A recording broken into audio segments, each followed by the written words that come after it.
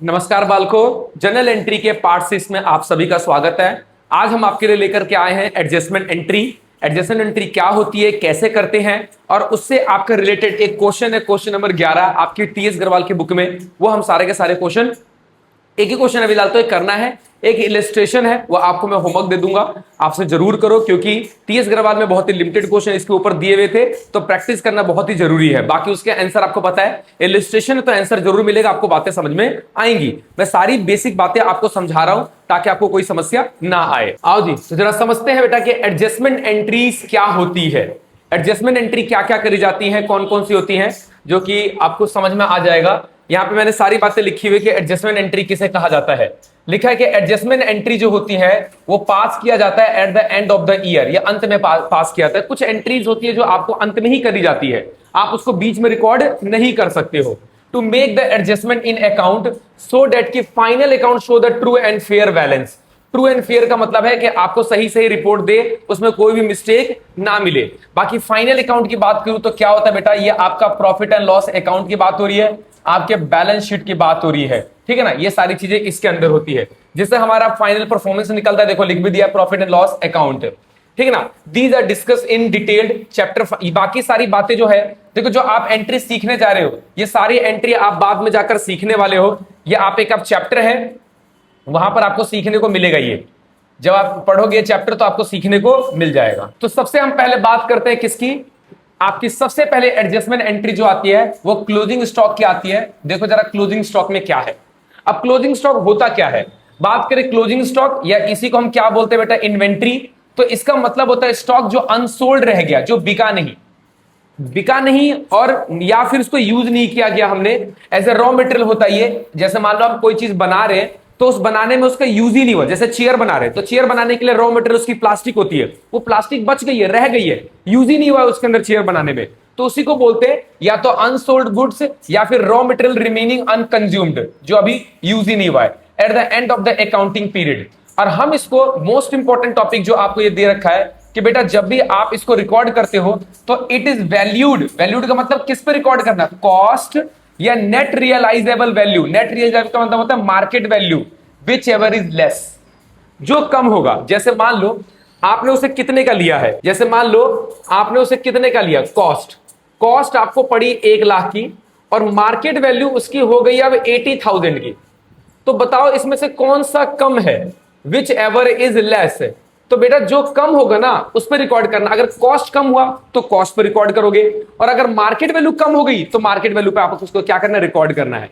तो रिकॉर्डिंग की बात हो रही है। अब इसकी जर्नल एंट्री जरा समझते क्या होता है इसकी जर्नल एंट्री। देखो क्या लिखा है कि देखो क्लोजिंग स्टॉक की बात करें तो हम इसे एक तरह से क्या ट्रीट करते हैं, मैं इसे एसेट की तरह ट्रीट करता हूं, एसेट की तरह ट्रीट करते हैं।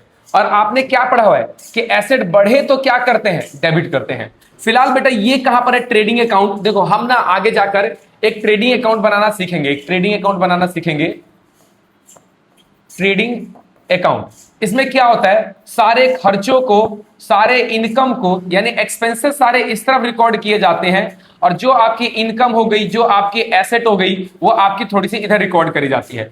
तो एक क्रेडिट साइड रिकॉर्ड हो रहा है, तो ट्रेडिंग अकाउंट क्या हो रहा है, क्रेडिट हो रहा है। तो हम ट्रेडिंग अकाउंट को क्या कर देंगे, यहां पर क्रेडिट कर देंगे, तो ये ट्रेडिंग अकाउंट में जाके ट्रांसफर हो जाएगा। इसीलिए closing stock account debit to trading account हम इसको लिखा करेंगे। जब भी क्लोजिंग स्टॉक की बारी आएगी, अगर कहां पर ट्रांसफर करने की, क्लोजिंग स्टॉक बच गया है, रह गया है, अनसोल्ड रह गया अंत में, तो अंत में रह गया तो उसको ट्रांसफर कर दिया जाता है ट्रेडिंग अकाउंट में। तो ट्रेडिंग अकाउंट में ट्रांसफर करने की एंट्री होती है ये वाली।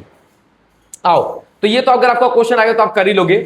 उसके बाद अगला मुद्दा क्या आता है आपका, सेकंड, आउटस्टैंडिंग एक्सपेंसेस। अब देखो आउटस्टैंडिंग क्या होती है बेटा, ये एक नेचर, एक प्रकार का क्या होता है, एक्सपेंस होता है। ओहो, आउटस्टैंडिंग एक्सपेंसेस एक प्रकार की हमारी लाइबिलिटी होती है। एक्सपेंस कहां से आ गया, जब आउटस्टैंडिंग होता है तो लाइबिलिटी हो जाती है, खर्चा है ना बेटा। ये एक्सपेंस खर्चा था, आउटस्टैंडिंग मतलब क्या है कि बेटा आपका कोई एक्सपेंस है जिसको तुमने अभी तक पे नहीं किया है। जैसे मान लो आप रेंट पे रहते हो, आप 2 से 3 महीने तक रेंट पे रहे, आपने ऑनर को अभी तक पेमेंट ही नहीं करी रेंट। जब तक आप पेमेंट नहीं करोगे तब तक वो खर्चा क्या कहलाएगा, आउटस्टैंडिंग। तो वो आउटस्टैंडिंग एक्सपेंस का मतलब क्या होता है, ऐसे एक्सपेंसेस जो तुमने पे अभी तक नहीं किए, पे करना रह गया है, तो वही लिखा है आउटस्टैंडिंग एक्सपेंसेस का मतलब होता है expenses that are in the current year का खर्चा but have not been paid till the year of end, अभी तक आपने उसको पे ही नहीं किया है, तो इसी को हम क्या बोलते हैं आउटस्टैंडिंग। और ये एक प्रकार का किस नेचर का होता है बेटा, ये लायबिलिटी नेचर का होता है। अब इसकी एंट्री कैसे करी जाती है जरा ये देखना। अब जैसे एग्जांपल के लिए यहां पर क्या लिखा है, एक छोटा सा एग्जांपल के जरिए समझाया हुआ है कि आउटस्टैंडिंग एक्सपेंस क्या होता है। जरा देखो, wages for the year ended 31 मार्च, अंत की बात कर रहे बेटा, अंत 2026 में हमने वेजेस अकाउंट में कितना डेबिट कर दिया, 5,50,000 रुपए। 50,000 फॉर द मंथ मार्च, जो 50,000 मार्च वाला था 2026 का, are to be paid in April 2026।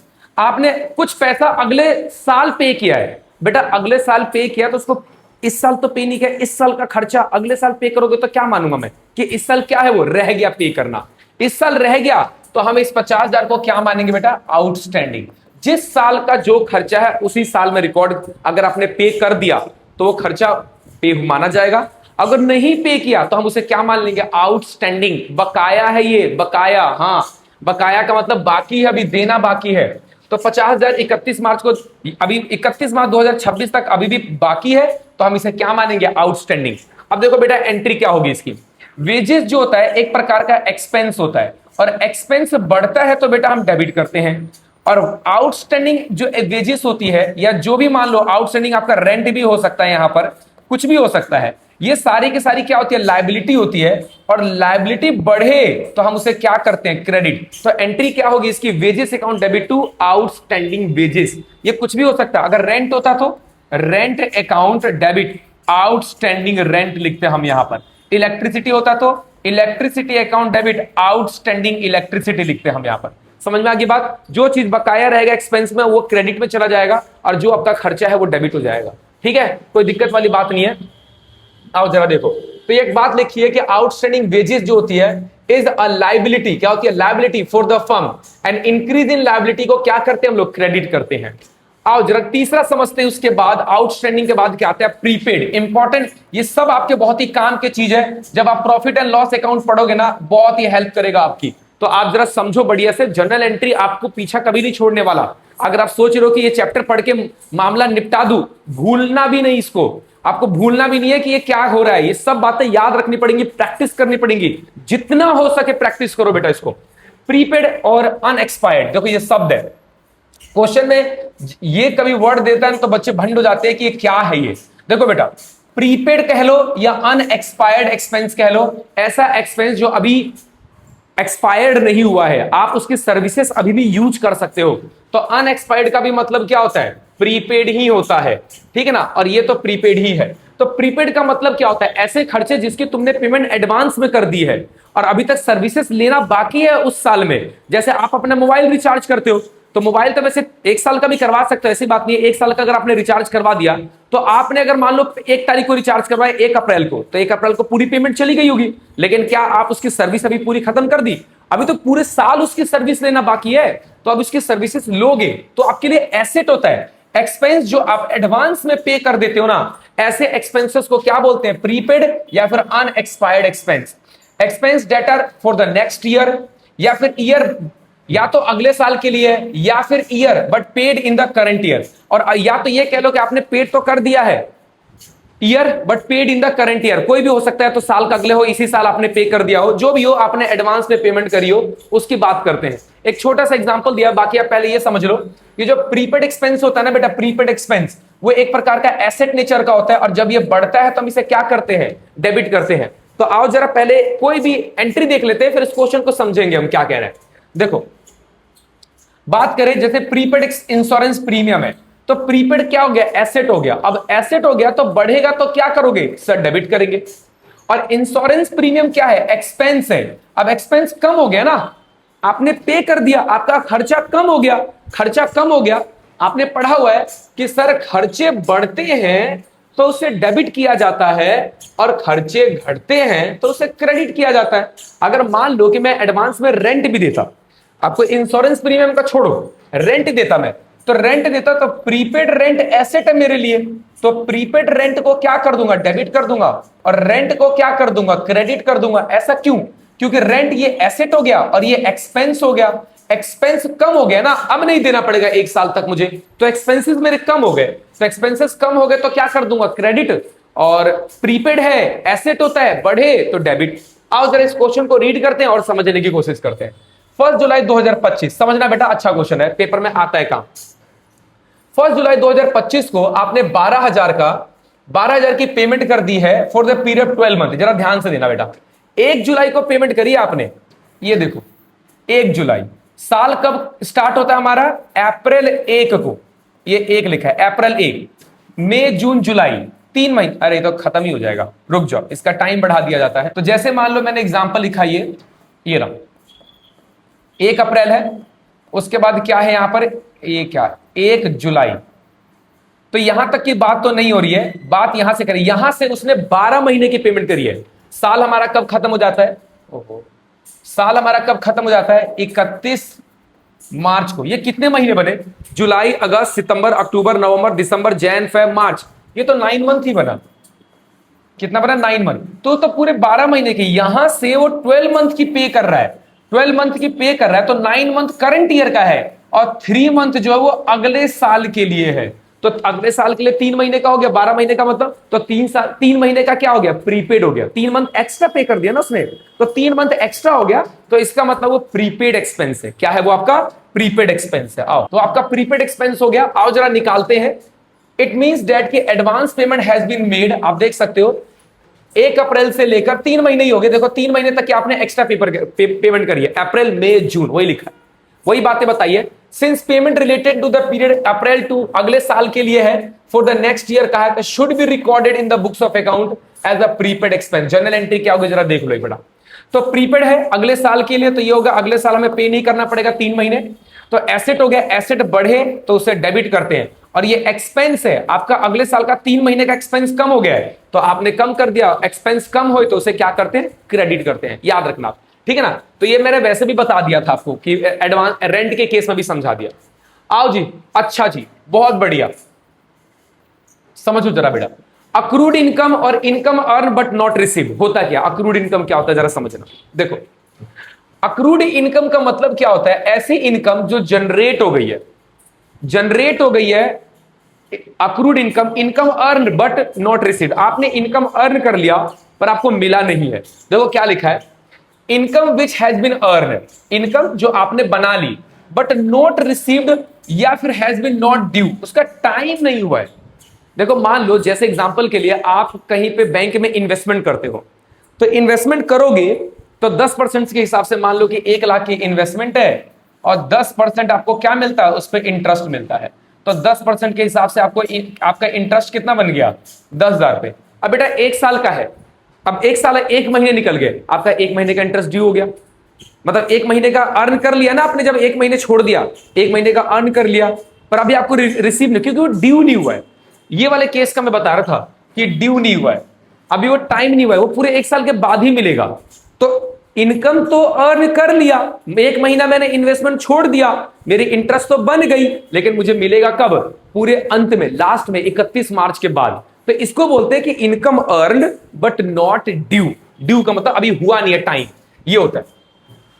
आओ यही एग्जांपल लिखा हुआ है कि interest on investment has been earn, interest तो आपने अर्न कर लिया but not to be received, नहीं रिसीव हुआ। जैसे इंटरेस्ट जो होता है वो अब तो 31 मार्च 2026 का होता है, और ड्यू पेमेंट, बट इस ड्यू पेमेंट 30 जून 2026 है। मान लो कि यहां तक की बोली थी कि 31 मार्च तक आपका बन जाएगा, पर पेमेंट कब होगी, तो पेमेंट 30 जून की होगी, तो बेटा आपको वहां तक इंतजार करना पड़ेगा। मान लो कि आपने आपके पूरे साल का भी इंटरेस्ट हो गया, तो एग्जांपल अगला दे रखा है, पूरे साल का इंटरेस्ट ड्यू हो गया, लेकिन पेमेंट की तारीख क्या बोली है, 30 जून को, तो इंतजार तो करना पड़ेगा। तो उसी को बोलते हैं कि इनकम, अक्रूड इनकम का मतलब क्या होता है, अक्रूड इनकम मतलब शॉर्टकट में कि आपकी इनकम जनरेट हो गई, इनकम क्या होगी, जनरेट हो गई, तैयार हो गया है, बट या तो टाइम नहीं हुआ है, बट नॉट ड्यू, या तो टाइम नहीं हुआ है, और टाइम हो जाता तो आपको रिसीव हो जाता, नॉट रिसीव्ड, अभी तक मिला नहीं है। तो बेटा ये क्या होता है, ये एसेट नेचर का होता है। जरा देखो यहां पर जो अक्रूड इनकम होता है, जो अक्रूड इनकम होता है आपका, accrued income is an asset for the firm and increase, तो क्या करोगे, अक्रूड इनकम बढ़ेगा तो डेबिट करोगे। तो अक्रूड इनकम आपको समझ में आया होगा क्या होता है। तो अक्रूड इनकम एसेट है, तो एसेट बढ़े तो डेबिट करते हैं, और इनकम आपकी क्या है, इनकम इनकम होती है, इनकम बढ़े तो क्रेडिट करते हैं, क्योंकि बेटा आपको जाकर आपको पता चल गया है कि मुझे मेरा इनकम जनरेट हो चुका है, मुझे मिलने वाला है, तो इनकम बढ़ने वाली है, तो बढ़ने वाली है तो आपने इसको क्या कर दिया, क्रेडिट कर दिया। आपको मिल जाएगा, आपको हो तो गया, इनकम तो जनरेट हो ही गई है, बस मिला ही तो नहीं है, तो ये एंट्री आपको करना है, एसेट होता है, और ये इनकम नीचे लिखनी होती है आपको। आओ जी आगे क्या एंट्री करते हैं, क्या यही लाइन दोबारा बोल दी इसने, interest accrued and not due. देखो कुछ के केस में क्या होता है कि इंटरेस्ट अर्न भी कर लिया पर टाइम ही नहीं हुआ उसका, वो शायद मैंने आपको एग्जांपल दे दिया शुरुआत वाला, जो 31 मार्च वाला टाइम नहीं बताया था मैंने आपको। Interest accrued and due is the amount earn and also due receive but not receive. क्या लिखा है, interest accrued and due, interest accrued and due कह रही है। ओके, इंटरेस्ट अक्रूड का मतलब है कि आपका अक्रूड भी हो गया और टाइम भी हो गया, उसको बोलते हैं, पर अभी आपको रिसीव नहीं हुआ है, कोई बात नहीं, ये भी एसेट नेचर का होता है। ये लाइन कहने का मतलब क्या था बेटा, कि आपका इंटरेस्ट अक्रूड भी हो गया और ड्यू भी हो गया। अभी ऊपर वाला एग्जांपल दिया तो था कि इंटरेस्ट का टाइम भी हो गया, इंटरेस्ट आपके बन भी गई है, और आपका समय भी हो गया, समय भी हो गया पूरा, ड्यू भी हो गया, पर अभी तक आपको रिसीव नहीं हुई है, तो वो लाइन बोली हुई इसने। होता क्या है, ये भी एसेट ही नेचर का है, कोई पंगे वाली बात ही नहीं है, एसेट ही है बस। आओ छठा लाइन क्या बोलता है, इनकम रिसीव्ड इन एडवांस, या इसको बोलते हैं अनअर्न्ड इनकम, अनअर्न्ड इनकम। ये सारे के सारे जो आपके हैं ये टीएस गरवाल से लिए गए हैं बेटा, टीएस गरवाल की मदद से लिया हुआ है। आप टीएस गरवाल में जाकर इसको क्या कर सकते हो, देख सकते हो, टीएस गरवाल से सारी की सारी बातें आपको बताई जा रही है। देखो तो वही मैं आपको समझा रहा हूं, देखो इनकम रिसीव्ड, इनकम क्या हो गया आपको, रिसीव्ड हो गई, बट नॉट अर्न्ड। आपको देखो हुआ क्या है, जैसे कि मान लो कि आप कोई काम का ठेका या कुछ भी लेते हो, तो कुछ पैसा आप पहले ले लेते हो कि भैया पैसा दे दो तो काम करने आ जाऊंगा, एज ए सिक्योरिटी लेते हो। तो अगर आपने पैसा पहले ले लिया, एडवांस में ले लिया, तो अभी आपने काम तो नहीं किया है, तो वो क्या हो गया, लायबिलिटी होगी। क्या होगी, लायबिलिटी। तो इनकम क्या हो गया, रिसीव्ड बट नॉट अर्न्ड। आपने इनकम तो ले लिया पर अभी आपने उसको अर्न नहीं किया है, क्योंकि आपने काम नहीं किया स्टार्ट। जब तक काम नहीं करोगे अर्न कहां से कहलाएगा, जब काम कर दोगे तो अर्न कहलाएगा। तो income received but not earn, that is against which, जैसे मान लो आपने सेल ऑफ गुड्स है या सर्विसेज है, येट टू बी मेड, ये करना बाकी है, लेकिन पैसा आपने पहले ले लिया, पैसा आपने पहले ले लिया। सेल करने के आपने बोला होगा कि सेल कर दूंगा मैं, आप मुझे कमीशन दे देना, तो आपको कुछ कमीशन पहले मिल गई, उसको बोलते। वही लिखा हुआ है, मान लो जैसे एग्जांपल के लिए a building has been given on rent, हमने 2,40,000 रेंट पे दिया, ठीक है ना। Building has been given on rent but during the year 3 lakh was received toward the rent. हमें रेंट के लिए 3 लाख रुपए मिले, आपको 60,000 रुपए एक्स्ट्रा मिला है, 60,000 रुपए क्या मिला है, एक्स्ट्रा मिला है। तो रेंट रिसीव्ड इन एडवांस, तो इट इज, ये क्या है, एक प्रकार का आपको एडवांस में मिला है जो आपने अभी तक कमाया नहीं है। तो कमाया नहीं है तो वो एडवांस इनकम लायबिलिटी होती है, जब कमा लोगे तो आपकी इनकम बन जाएगी, ठीक है। तो क्या है ये, रेंट रिसीव्ड। रेंट रिसीव्ड क्या है बेटा, आपकी इनकम है, ठीक है ना। अब देखो आपको अगर एडवांस में पैसा मिल गया तो इनकम क्या हो गया, एक तरह से अभी आपको पहले मिल गई है। अभी कमाते इनकम मिलता तो मैं उसको बोलता कि इनकम, आपकी इनकम तो अभी बनी नहीं है, आपने पहले ही पैसा ले लिया, तो आपकी एक तरह से क्या हो गई है, इनकम कम हो गई, क्योंकि अब नहीं मिलेगा ये पैसा, आपको पहले ही मिल गया। इनकम आपकी क्या होगी, कम होगी, आगे जाके नहीं मिलने वाला। रेंट रिसीव आपकी लायबिलिटी होती है बेटा, और लायबिलिटी बढ़े तो उसे क्रेडिट करें, और लायबिलिटी घटती है, वेल जैसे लायबिलिटी तो नहीं है, इनकम है, क्योंकि अब आगे जाके तो पैसा मिलने वाला है नहीं, तो रिवर्स एंट्री कर दो आप इसको, तो रेंट रिसीव ऊपर कर देंगे हम इसे, ओके, ठीक है ना। तो अर्न इनकम जो होती है एक प्रकार की क्या होती है बेटा, लायबिलिटी होती है, और इंक्रीज लायबिलिटी बढ़ती है तो उसे हम क्या करते हैं, क्रेडिट करते हैं। ये लो, उसके बाद अगली कहानी क्या आती है बेटा, उसके बाद डेप्रिसिएशन। अब डेप्रिसिएशन क्या होता है, ये एक प्रकार का एक्सपेंस नेचर का होता है। क्या होता है, एक्सपेंस नेचर का होता है, खर्चे नेचर का होता है।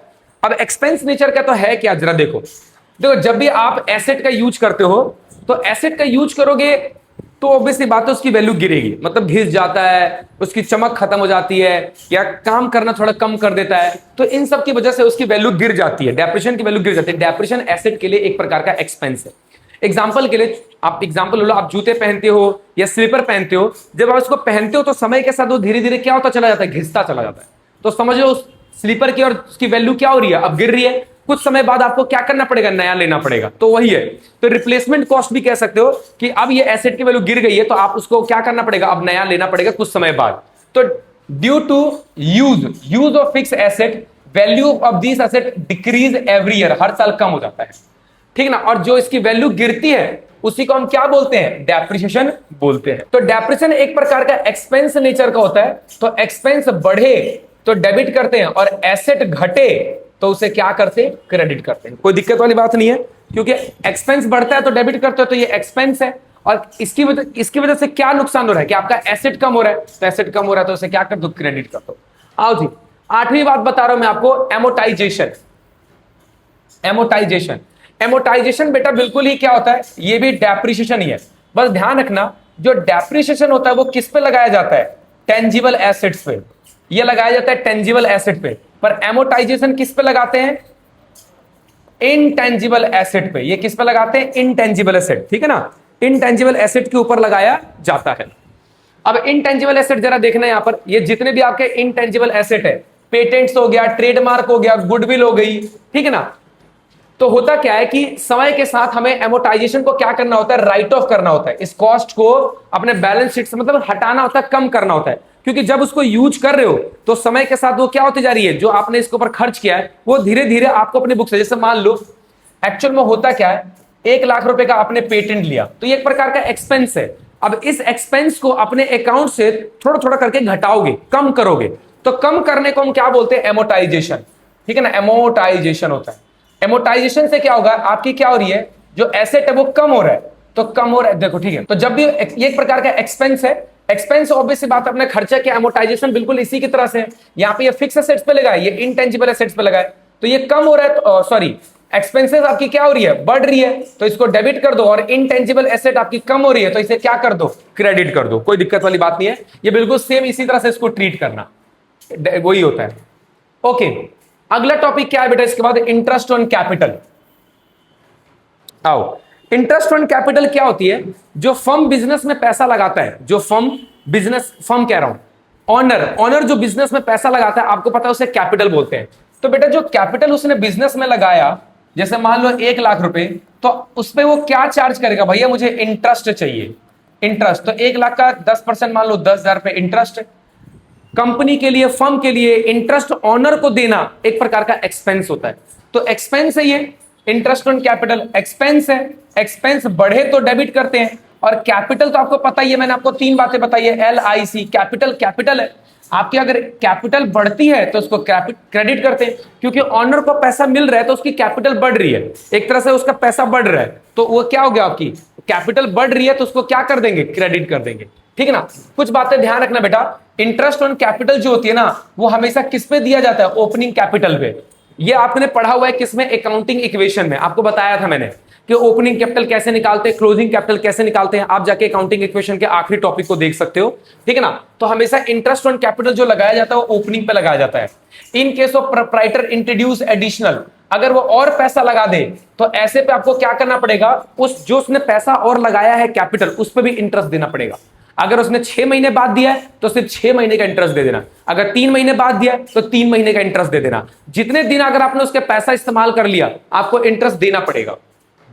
ओके, अगर in case of proprietor withdraw कर लेता है, पैसा निकाल लेता है, तो बेटा पैसा निकालने से क्या होगा, उसका कैपिटल कम हो जाएगा। तो भैया जितने दिन में पैसा उसने निकाल लिया, जितने दिन पैसा निकाला, यानी हमने उसका जितना पैसा इस्तेमाल कर लिया, बस उसको क्या कर देना, माइनस कर देना उसमें से, तो माइनस कर दिया जाता है। अब एक छोटा सा क्वेश्चन भी यहां पर करवा के बस समझाया हुआ है, जैसे कि अखिल, उसके पास 1 लाख रुपए बैलेंस कैपिटल में पड़ा हुआ है, ओपनिंग कैपिटल, ये क्या है, ये ओपनिंग लिखा हुआ है ना, 1 अप्रैल 2025 ओपनिंग है। तो इस पे इंटरेस्ट देना है, इंटरेस्ट देना है तो सिंपल, 1 लाख का 6% कितना होता है, कहां गया, ये तो दूसरा क्वेश्चन है सॉल्यूशन तो इसी में ही है। तो अगर इसका इंटरेस्ट निकालोगे तो देखो क्या निकाला, 1 लाख का 6% कितना हो गया, 6,000 रुपए हो गया। तो 6,000 पूरे साल का दे देना। एक एग्जांपल और लिख दिया हमने यहां पर, अखिल का कैपिटल दे रखा 1 अप्रैल 2025 को 1 लाख रुपए, ही इन्वेस्टेड एडिशनल कैपिटल 50 ऑन 1 अक्टूबर। तो देख सकते हो कि बेटा जो 1 लाख है वो पूरे साल इस्तेमाल किया गया है, 1 लाख पूरे साल इस्तेमाल किया, तो 1 लाख का 6% पूरे साल का ले लिया, और उसने बाद में 1 अक्टूबर को पैसा और लगाया 50,000, तो ये तो 6 मंथ ही हुआ। तो 6 मंथ के हिसाब से क्या करोगे आप, कितना पैसा लगाया, 50,000, तो इसका 50,000 का 6% जब निकालोगे तो ये आएगा 3,000 रुपए। और उसका 6 मंथ का निकालोगे तो ये कितना आएगा 500, ये 1/2 6/12 से आया है, तो वही है। तो उसका इंटरेस्ट टोटल कितना बन जाएगा 75। अगर वो पैसा निकाल लेता तो जितना पैसा निकालेगा वो हम उतना कैपिटल उतना इंटरेस्ट कम देंगे उसको, ठीक है। लो जी, तो ये हो गई आपकी एंट्री तो हम बता चुके थे आपको पहले। अगला टॉपिक आता है आपका इंटरेस्ट ऑन ड्रॉइंग, ये भी इंपॉर्टेंट है। देखो ड्रॉइंग फर्म के लिए क्या होती है, कंपनी के लिए क्या होती है, इनकम होती है। क्या होती है, इनकम। अब जैसे आपको पता है कि ऑनर अपने पर्सनल पर्पस के लिए बिजनेस से पैसा निकाल रहा है, तो बिजनेस क्या बोलेगा, भाई साहब आपने बिजनेस से पैसा निकाल लिया है, मैं इसे कमा के देता, आप मुझे इंटरेस्ट दो। तो फर्म को इंटरेस्ट जो मिलेगा वो इनकम होती है। तो इनकम बढ़े तो क्या करते हैं, क्रेडिट। इनकम बढ़े तो क्या करते हैं, क्रेडिट। अब ये पैसा होता क्या है कि ऑनर का बिजनेस में पैसा लगा हुआ है, ऑनर का बिजनेस में पैसा लगा हुआ है, उसे हम कैपिटल बोलते हैं। अगर वो नहीं देता है तो हम क्या करेंगे, उसके कैपिटल में से पैसा निकाल लेंगे, और कैपिटल से निकालोगे तो कैपिटल क्या हो जाएगी, कम हो जाएगी। कैपिटल क्या हो जाएगी, कम। और कैपिटल अगर कम होती है तो हम उसे डेबिट करते हैं। आपने पढ़ा हुआ है कैपिटल कम हो तो कैपिटल यहां पर लिखना है, capital account debit to interest on capital. देखो बेटा ड्राइंग दो प्रकार की होती है, जो ड्राइंग होती है वो दो प्रकार की होती है, एक कैपिटल में से निकालना और एक प्रॉफिट में से निकालना। तो अगर कैपिटल में से निकाल रहे हो तो देखो कैपिटल में से निकालोगे तो ऑब्वियस बात है उसका कैपिटल कम हो जाएगा और उसको इंटरेस्ट जो मिलेगा कैपिटल पे वो कम मिलने वाला है, ऑब्वियस बात है, फिर फर्म को कम देना पड़ेगा। और प्रॉफिट में से निकालोगे तो भैया अल्टीमेट क्या होगा, प्रॉफिट में से तो उसको इंटरेस्ट देना पड़ेगा। एक तरह से ये कह सकते हो कि उससे इंटरेस्ट क्या होगा, फर्म कंपनी को मिलेगी, ठीक है ना। तो ये दो बातें, बाकी इतना कोई खास नहीं है, इंपॉर्टेंट नहीं है आपके लिए अभी, या आप आओगे अगली क्लास में तब आपको पता चलेगा। तो ये लो जी, मैंने आपको पूरी कहानी समझा दी है कि क्या चल रही है।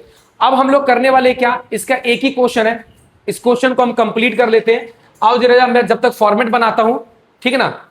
ये लो मैं फॉर्मेट स्टार्ट कर रहा हूं, ये लो बेटा, तो ये मैंने आपकी जनरल एंट्री का फॉर्मेट तैयार कर दिया। आओ जरा क्वेश्चन को पढ़ते हैं और क्वेश्चन को करते हैं।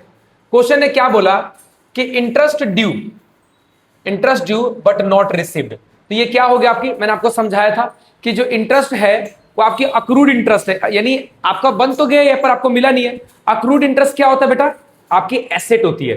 तो एसेट बढ़े तो डेबिट करते हैं, फिलहाल तो तारीख लिखी नहीं है, तो आप क्या लिखोगे, accrued interest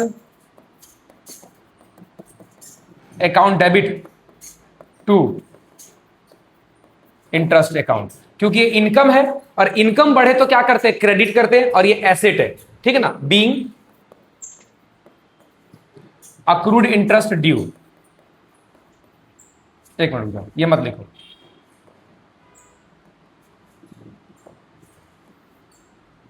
being interest due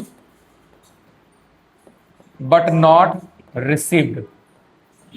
आपके इंटरेस्ट ड्यू हो गई है पर रिसीव नहीं हुई है, तो कितना बन रहा है आपका इंटरेस्ट ड्यू का, 10,000 रुपए। ये लो जी, आप 10,000 रुपए यहां पे डाल दो, 10,000 रुपए डेबिट साइड और 10,000 रुपए आपको क्रेडिट साइड मिलेगा। ओके, अगला एंट्री क्या आती है, सेकंड एंट्री बोलता है कि सैलरी ड्यू हो गई है स्टाफ की 50,000 की, पर अभी तक हमने पे नहीं करी है। तो ये एक प्रकार का क्या हो गया, आउटस्टैंडिंग सैलरी है बेटा, इसको देना था हमें।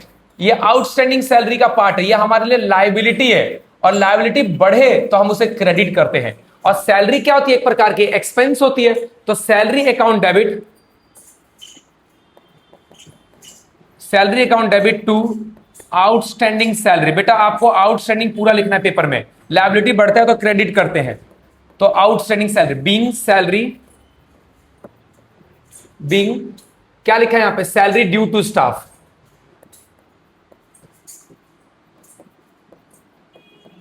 ये लो, आपकी सैलरी क्या थी, फर्म की ड्यू थी, देना बाकी था। ये एक प्रकार का ध्यान रखना बेटा, आप दे रहे हो आपको मिल नहीं रहा है, 50,000 रुपए की सैलरी ड्यू है, तो 50,000 से एंट्री कर दो यहां पर।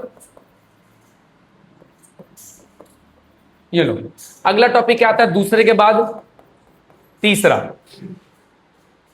पहला हो गया, दूसरा हो गया, तीसरा, out of the rent 50,000 5,000 for the next year. बेटा ये अगले साल का है, जो भी रेंट हमने टोटल पे किया था, ये कहने का मतलब है कि जो भी टोटल हमने रेंट पे वो 5,000 उसमें अगले साल का है, तो प्रीपेड रेंट है। और प्रीपेड रेंट हमारे लिए क्या होता है, एक प्रकार का बेटा एसेट होता है। तो आप लिखोगे prepaid rent account debit to rent account. अब देखो एसेट बढ़े तो डेबिट करते, खर्चा घट गया आपको देना नहीं पड़ेगा अगले साल। तो being 5,000 rent belongs to next year, अगले साल के लिए था। ये लो जी एंट्री हो गई। तो 5,000 से आपका प्रीपेड रेंट हो गया, यहां एंट्री मार दो, ये लो हो गया। उसके बाद तीसरे के बाद कौन सी एंट्री आती है आपकी? चौथी ट्रांजेक्शन आती है। फोर्थ ट्रांजेक्शन क्या कहता है कि provide 10% depreciation on furniture. Furniture की कॉस्ट कितनी है? 1,00,000 रुपए है। तो बेटा डेप्रिसिएशन एक प्रकार का एक्सपेंस होता है।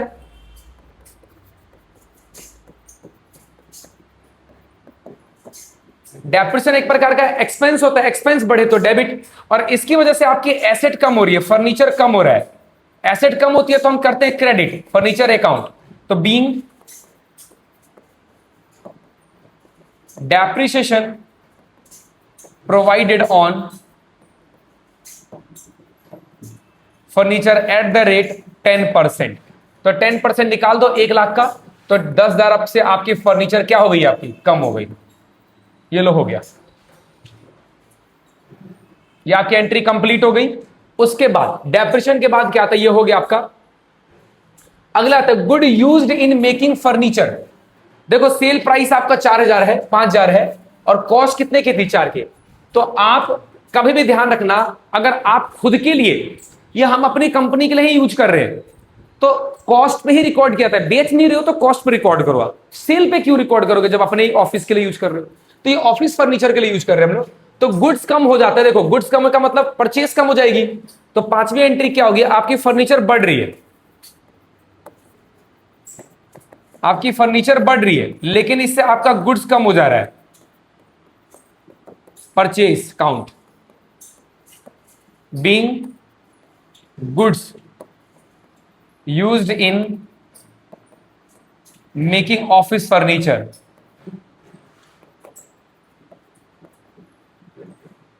ये लो, आपने अपने यहां फर्नीचर बनाने में यूज कर लिया, तो इसको 4,000 पर रिकॉर्ड करना है, क्योंकि आपने कुछ बोला नहीं है सेल करने के लिए, आपने अपने लिए, हम मान के चल रहे हैं कि बिजनेस के लिए ही बनाया गया है। लो जी, ये एंट्री हो गई आपकी। अगला क्या है? रिसीव्ड कमीशन 20,000 रुपए का। आपको कमीशन 20,000 का मिला है चेक से, जिसमें से आधा क्या है? इसमें से half of which is in advance, जिसमें से आधा एडवांस था। तो देखो कहने को तो 2 एंट्री हो गई आपकी, लेकिन मैं अगर एंट्री दोनों कर रहा है तो मैं दोनों एंट्री कर डालूंगा। यहां पर लो, दोनों एंट्री कर देता हूं मैं। ये छठी एंट्री, उसका पहला पार्ट। देखो आधा पैसा आपको मिला है, आधा पैसा एडवांस में मिला था और आधा पैसा आपको बाद में मिला है, एक तरह से ये कह सकते हो। तो पहले हम एडवांस की एंट्री कर देते हैं। एडवांस में पैसा मिलना बेटा लायबिलिटी होती है, एडवांस में पैसा मिलना लायबिलिटी होती है। क्या क्वेश्चन कह रहा था कि कमीशन आपको एडवांस में मिला है, तो एडवांस कमीशन लो यहां पर लिखो। देखो तो आपको मिला क्या? पहला कमीशन मिला। देखो इनकम आपकी कम हो गई, क्योंकि पैसा पहले ही मिल गया, तो आपकी इनकम एक तरह से कम हो गई अगली बार की। तो जो रिसीव्ड कमीशन है वो ऊपर डेबिट हो जाएगा। नहीं तो अगर आपको मिलता तो कमीशन में क्रेडिट करता। अगर आपको मिलता कि मेरे को इनकम आपकी बढ़ रही है, तो आपको पहला पैसा मिल गया, तो यहां पर क्या लिखेंगे? Commission account debit two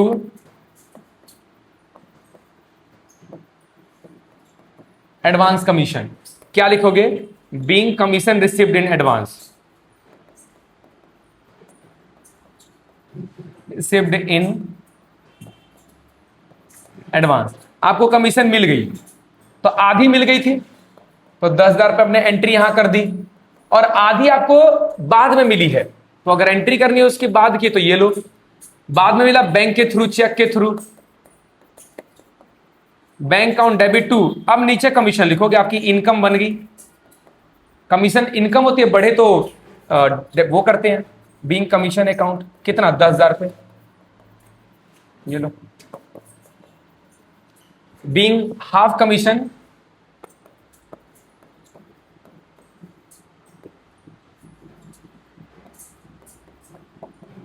is received. बाकी बचा हुआ आपको कमीशन क्या हो गया? मिल गया बाद में। ये लो, ये भी एंट्री हो गई। तो 10,000 ये मिल गए, पूरे 20,000 की हो गई। तो छठी एंट्री हो गई। उसके बाद क्या है? 7वीं एंट्री। ये लो, उसके बाद क्या कहते हैं? Allow interest on capital. ये फर्म के लिए खर्चा है बेटा, इंटरेस्ट ऑन कैपिटल खर्चा है। और जो ऑनर है उसका कैपिटल बढ़ रहा है, तो आओ जरा एंट्री करते 7वें की।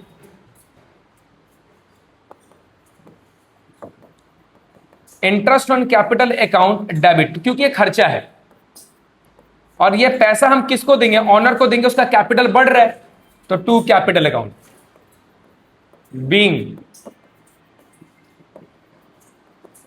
Interest on capital is provided. ये लो 8,000 का आपने इंटरेस्ट दे दिया, 8,000 एंट्री यहां कर दो और 8,000 की एंट्री यहां कर दो। उसके बाद अगला आता है 8वीं एंट्री। 8वीं एंट्री क्या बोलते हैं आपको, charge interest on drawing. Owner ने बिजनेस से पैसा निकाला था, हम उससे इंटरेस्ट मांग रहे हैं, इनकम है हमारे लिए, तो इनकम है। आओ जरा बात करते हैं 8वां। देखो बाकी पता नहीं इसकी एंट्री छूट गई, क्या हुआ, इंटरेस्ट ऑन ड्राइंग हमारी इनकम में क्रेडिट हो जाएगी, ठीक है ना। तो होगा क्या कि ड्राइंग अकाउंट होता क्या है, जैसे मान लो कि हम तो वैसे इससे क्या होगा कि अगर ये पैसा ना दे तो हम क्या लिखते हैं, कैपिटल लिखते हैं। तो कैपिटल अगर ये पैसा नहीं देगा तो उसकी कैपिटल को हम क्या कर देंगे, कम कर देंगे। इस बात का ध्यान रखना बेटा, कैपिटल कम हो जाती है, तो कैपिटल अकाउंट डेबिट टू, क्योंकि पैसा हम इसी में से ले लेते हैं, to interest on drawing account being